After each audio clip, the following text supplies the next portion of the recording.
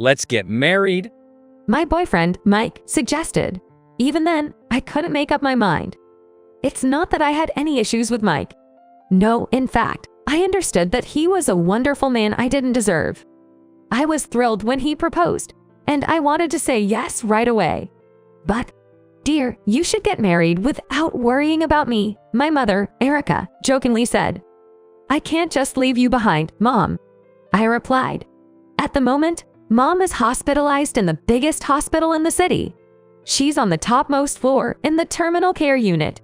She wasn't born with any illness, but she suddenly fell ill when I was in college, and since then, she's been hospitalized. I wonder how many years it's been now. You have to grab your own happiness, right? Besides, with a mother-in-law like me, you won't have a stable married life, she said. Well, that's true, but her words were reasonable. However, I am indebted to her for raising me, a child that wasn't even her own, by herself. Day by day, as I watch her health deteriorate, all I want is for her to recover. That was my wish. Can you bring your boyfriend next time? I'd like to meet him, she said. Even though it's a struggle for her to stay awake, she seemed excited to meet him, so I couldn't help but agree. I knew that Mom didn't have much time left, that there was barely anything left I could do for her, and that the one thing I could do for her was to let her see me as a bride. Mom, he's here, I said. The next day, I timed it so that Mike would arrive after Mom's checkup. Come on in, I heard her say. I felt a sigh of relief. What would I do if I couldn't hear her voice? I always found myself thinking that way. Pleased to meet you, Mike said as he entered the room after me, visibly nervous. Is he the one? My mother asked, looking at Mike, who straightened his back at her gaze. Yes, I am dating your daughter, he replied. He sounded like a soldier standing at attention. It seems like my mom had the same thought, and she chuckled. Sit down, no need to be so nervous, she invited him, pointing to the folding chair. So you're Mike, right? Yes, Mike Johnson, Mom, he replied, using the casual American term for mother-in-law. Oh, calling me Mom so soon, aren't you eager? She teased. I'm sorry, Mom, stop. Mike, don't worry. She's not really mad. I interjected, seeing my mother holding back her laughter, and Mike finally realizing he hadn't said anything wrong. He looked relieved. I've been ill for so long that I've become impatient. Please forgive me, she prefaced, and then she asked, Mike Johnson, will you take care of my daughter? Mom was never a hurried person. In fact, she was more of a laid-back type. But after she fell ill, her life became uncertain, never knowing what tomorrow would bring. Maybe it was then she started to be more blunt, more direct, almost as if she didn't have much time left. Mike didn't know this side of Mom. He just looked straight back at her and simply said, yes. That was probably enough for Mom. All right, I understand. She took a deep breath, let it out, and nodded firmly. Please take care of Clara. It seemed as if she was gathering her last bit of strength, entrusting something precious to someone else. I couldn't bear to look directly at her. I will. I'll make her happy, even if it costs me my life. Mike's words, which would normally make me jump for joy, passed through my ears like they don't concern me. Mom, are you really okay with this? You might die alone in this empty hospital room, with no one else visiting you except me. I felt like going up to the rooftop and shouting in that very moment. If shouting could solve everything, how wonderful it would have been. Reality is always the ultimate realist. Things that happen in novels and movies, they don't happen here. I'll come again. I didn't even know what the three of us talked about. Before I knew it, the setting sun was casting an orange light into the hospital room. As if being considerate of me, Mike left the room first, and I followed him. Clara. At the sound of Mom's calm voice, I involuntarily stopped in my tracks. Mike's full name. It was Mike Johnson, right? Oh, yeah, that's right. What's going on? After a moment of thought, Mom leaned over to reach for the drawer in the TV stand next to her bed. I'll do it. The TV stand was just out of reach from the bed. Mom hardly watches TV, so the nurses had moved it to a position that would make their work easier. As directed by Mom, I opened the small safe inside the drawer of the TV stand. Can you get that box? This one. It was the box where Mom kept her precious pendant. The only pendant owned by Mom, who doesn't wear makeup. It's probably not an expensive piece. The kind of pendant a high school student could buy after saving their allowance. But Mom had been cherishing it, never wearing it. I thought it must be some kind of keepsake. If you're going to Mike's parents' place, wear this. But it's precious to you, Mom. So, you see, My mother said, her smile light as a feather. that's why I want you to wear it. Because it's A pendant that brings good luck. Huh? I wonder if that's true.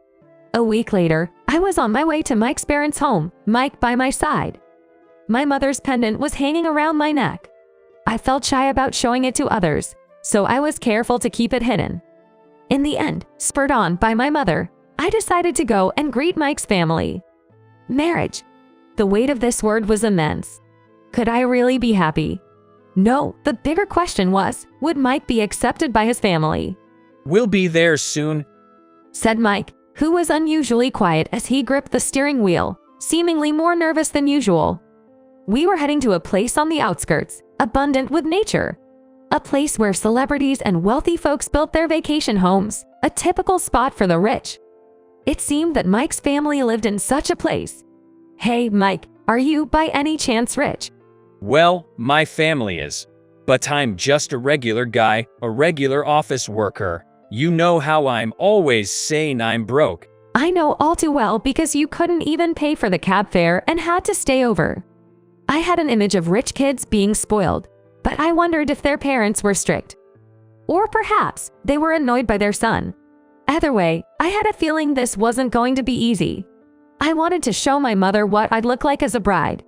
I had to make that dream come true. We're here, Clara.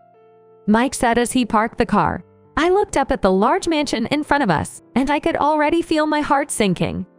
We're back, Mom. This is Clara Smith, who I'm dating. Welcome back. And welcome, Clara. I'm Susan, Mike's mother. I've heard a lot about you from Mike. Please come in. Thank you. Susan seemed vaguely reminiscent of my mother. Sure, my currently thin as a stick mother and Susan were worlds apart in physique, but there was a certain vibe about Susan that felt similar. I was relieved. As I stepped in from the entrance, an overwhelmingly opulent space greeted me. It was like a movie set, something I had only seen in films. But this was my boyfriend's family home. The signs of daily life scattered around spoke volumes that this wasn't a set. I was guided to the guest room. A fluffy sofa, clearly expensive carpet, and a large chandelier on the ceiling. The interior itself was so overwhelming it left me speechless. I'm sorry we couldn't offer much of a reception. Susan apologized. And no, not at all. It's already too amazing for me. Seeing my reaction, Susan chuckled. Her laughing figure was also somehow reminiscent of my mother. Sorry I'm late. I'm John, Mike's father. Please, make yourself comfortable. A man with a stern expression appeared from the back. It was Mike's father, John. My first impression was that he seemed quite sincere. Sorry for the sudden visit, Dad, Mom. Mike started, noticing my nervousness. After some casual conversation to lighten the mood, I'd been thinking about marrying my girlfriend, he suddenly announced. It seemed that John and Susan had expected it. They looked at each other and nodded. We thought something was up when you, who never contacts us, suddenly came home. John remarked. Then he turned to me and asked. Clara, are you sure about Mike? His tone was gentle. From my interactions with Mike, I had learned the kind of people John and Susan were. They were genuinely caring people who loved their son. Yes, I choose Mike, but... The next words left my mouth without me even realizing it. My mom's sick, She doesn't have much time left. That was what I was about to say when... No. John's stern voice hit my ears.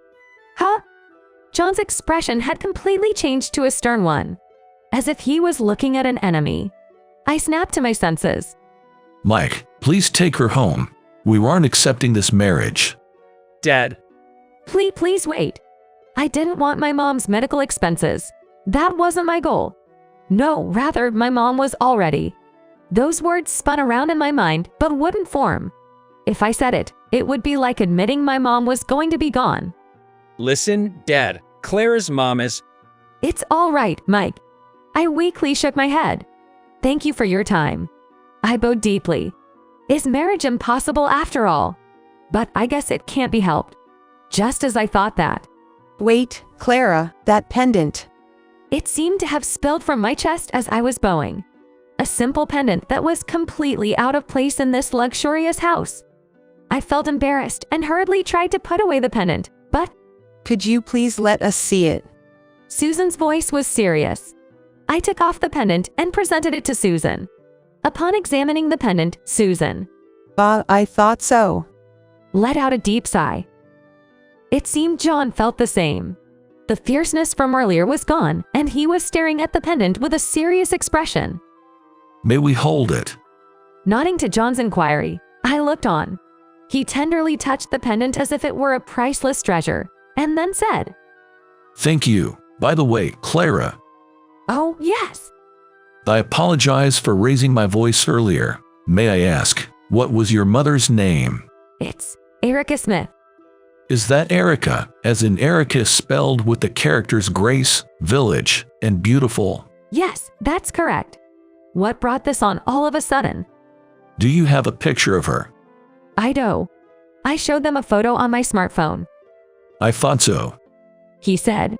Both John and Susan, looking satisfied, started to share a story. Me and Erica were always together. Susan explained. Susan looked up, seemingly lost in old memories. She was probably reminiscing about the happy times. John and I, we were each other's first loves. We started dating in high school and have been together ever since. Huh, I reacted. What a sweet story. Most people end up parting ways at some point. But it was Erica, your mother, who brought us together. My mom. Yes, Erica was close to Susan back then. We were part of a small club, just the three of us, always together. She was always the one stuck with the grunt work. I was surprised. I had no idea that my mom had any connection with Mike's family. Me and Erica were very close, not sure why, but they ended up falling for the same guy. Susan continued. And that was John. The fact that Susan is here with him now means that my mom wasn't chosen. Erica was very passionate and was constantly making moves on John, but… I was in love with Susan. I just saw Erica as a friend. John confessed. For my mom, it was an unrequited love. Mom loved John, but John loved Susan, and Susan also loved John. To come between two people who loved each other, my mom couldn't do that. I knew it all too well. After all, my mom was the type to care more about others than herself. One day, Erica told us, I hope you two will be happy. Despite her feelings for John, she thought about our happiness and chose to step aside. After that, it was business as usual. As if nothing had happened, she stayed with us until graduation. Susan recalled. I can't imagine how hard that must have been. To keep interacting as usual while watching the person you love be with your best friend. If it were me, I'd distance myself from them immediately. But Mom didn't do that. I bet it was because she cared for both John and Susan. She probably decided to watch over them until graduation. She stayed with them to the end. That pendant, it's a symbol of the promise between me and Erica. After graduation, we promised each other that we'd each find happiness and meet again. Susan explained, looking at my chest. I was threatened that if I didn't make Susan happy, she wouldn't forgive me. John added, rubbing his chin with a wry smile. That sounded like my mom. Actually, my mother was married once before. I revealed. But I heard they broke up right away. And then, having no one to turn to as an orphan, she took me in and raised me as their own daughter. I have no one. After losing my real parents in an accident, I had no one to rely on. The person who extended their hand to me was Mom. The most important person to me. The person I want to be with more than anyone else. But Mom is sick, She won't make it much longer. I know her life isn't long." John and Susan were speechless. Their faces showed that they couldn't believe it was that dire. "The day I said I was going to visit your parents, Mom gave me this pendant. Maybe Mom knew something about Mike. Maybe she investigated my best friend's family at some point. Maybe she saw the resemblance of those two in Mike. It's all just a possibility. But still, Mom entrusted the pendant to me. A precious item filled with memories of her loved ones, given to me who wasn't her real daughter. Just a mother wishing for her daughter's happiness, doing what's expected.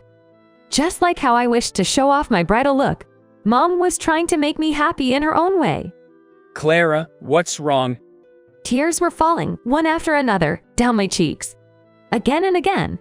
Endlessly, they were flowing. Then, Clara, a call. It's from the hospital. Mike handed me his smartphone. I tried to steady my voice to avoid sounding tearful as I picked up the call. "Yes." Is this Clara Smith's mobile? I'm a doctor from XXX Hospital. I had a feeling. Your mother, Erica, is not in a good state. Can you come right away? "I'll be there. I promise. I'll be there. There's something I still haven't told Mom." I'll get the car ready. Mike quickly left the room. I immediately got ready. Clara, we'll follow with Susan later. Don't worry about us. Just use Mike to your advantage. I bowed to the two of them. Even though they had made time for me, I didn't get much of a chance to talk. Once everything has settled down, let's talk again. If you can shed tears for your family, I feel I can trust you with Mike. John and Susan smiled calmly. I bowed again, and then I heard the car horn outside. I rushed out of the room. 3 years have passed. Mom passed away just as I arrived at the hospital. I didn't get to say goodbye, nor express the things I wanted to, but somehow I feel like she's still watching over me. Mama, Papa, Oh, Sophie, it's Papa here. your beard hurts. Today, I, Mike, and our daughter Sophie are visiting my mother's grave. Mike, on the other hand, is totally smitten with our daughter, getting hurt by her innocent words. I, for my part, have returned to work, gradually getting my body used to the routine. These are peaceful and happy days. Looking at the frolicking Sophie, I suddenly wonder if my mother felt the same way. There's Grandma's grave. Careful when running, Sophie. She's quite a handful. Might give my mom a start. Of course not. My mother was quite a lively one. She's probably having a blast with Sophie. If my mother were still alive, she would undoubtedly have been close to Sophie. I had such a feeling, almost a conviction. Oh, looks like someone else visited before us. Following Mike's voice and glancing from Sophie to the grave, there were indeed flowers already laid out there. Really? Perhaps your dad? Most likely. The bond between the three of them continues, even now. From a pendant, now transformed into memories. What's that pink flower, I wonder? Well, that eyes. A pink flower with bell-shaped petals, swaying in the wind. The flower is named Erica. Symbolizing loneliness and solitude, it sways with determination, as if to defy those feelings. With a gentle color,